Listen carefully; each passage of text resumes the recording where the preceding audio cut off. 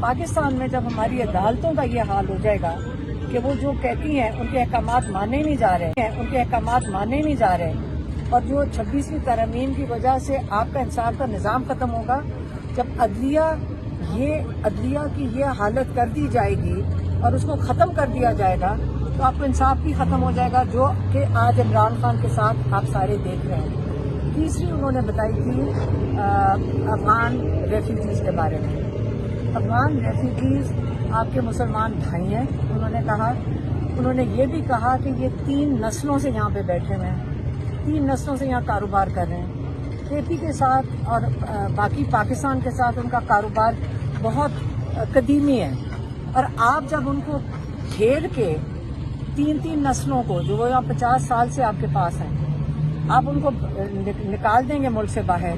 تو جیسے امریکہ میں وہ بھی نکال رہے، امریکہ بھی نکال رہے ہیں نا، کل باقی جو ملک ہیں وہ آپ کو بھی اسی طرح جمع کر کے باہر پھینک سکتے ہیں نا۔ اگر آج آپ ان کو باہر نکالیں گے، آپ بھی تو اوروں کے ملکوں میں جا کے کام کرتے ہیں، وہ بھی آپ کو نکالیں گے۔ تو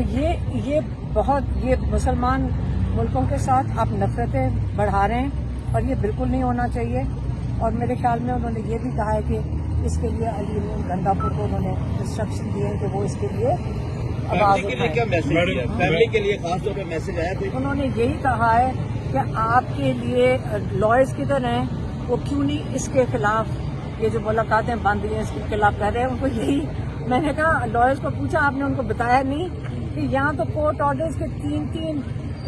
ٹرپل فل بینچ کے کورٹ آرڈرز کوئی نہیں مان رہا، تو یہی تو ان کو بتا رہے ہیں کہ اب عمران خان کو یہی تو بتایا ہے کہ کورٹ آرڈرز اور کیا کریں، توہین عدالت تو ہو چکا ہے،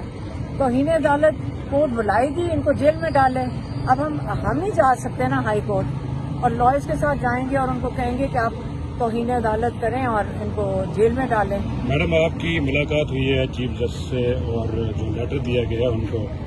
اس کے علاوہ جو ملاقاتیں ہو رہی ہیں جس طرح سے ہو رہی ہیں، آپ کے پہلے بھی تحفظات تھے، کیا اب بھی تحفظات ہیں؟ کیونکہ جس طرح لوگ جا رہے ہیں، آپ نے پہلے بھی اس پہ اعتراضات سوالات اٹھائے۔ وہ ہمیں پتا چلا عمران خان نے خود بھی یہی سوال پوچھ لیا ہے۔ کیا پوچھا انہوں نے یہی پوچھا کہ اندر کیسے آ جاتے ہو، کون بھیج رہا ہے،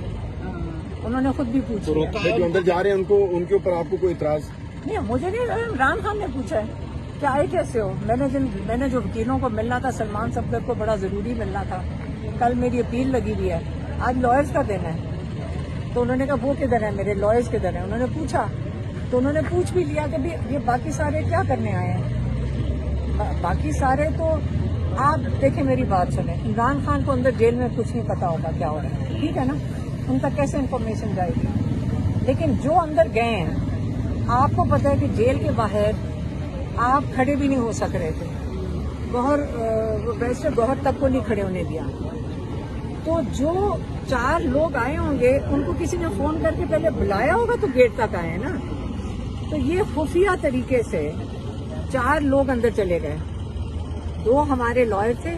جو پروفیشنل ہمارے لائر ہیں، باقی 4 لوگ اندر کیسے گئے؟ اگر یہ اس طرح کی حرکت کریں گے تو یہ تو نہیں کہ ہم ان کو اپریشیٹ کریں گے، عمران خان تو آگے سے کہیں گے شکر ہے کوئی آ گیا، لیکن یہ زیادتی عمران خان کے ساتھ ہو رہی ہے، اور جو اندر جا رہے ہیں وہ بھی کر رہے ہیں۔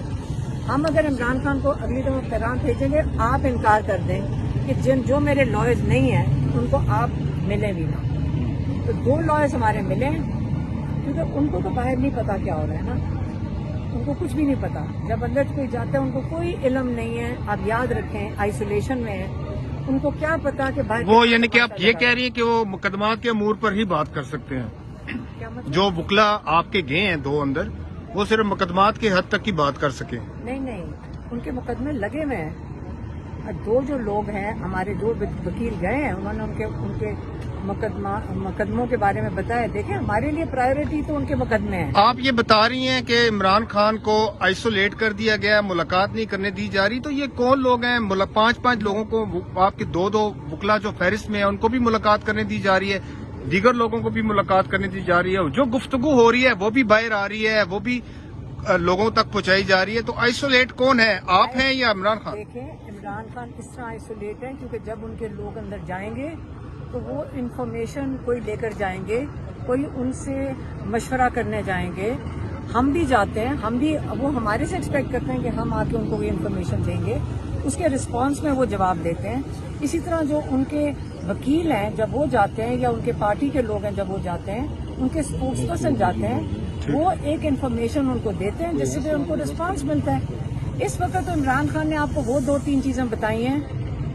جو انہوں نے اخبار میں دیکھی. اس کا مطلب جو لوگ جا رہے ہیں اندر, جو آپ کے مین کونسل گئے ہیں 2, ان کے علاوہ جو جاتے ہیں ان پہ شکوک و شبہات ہیں آپ کو؟ نہیں, شکوک کیا ہے,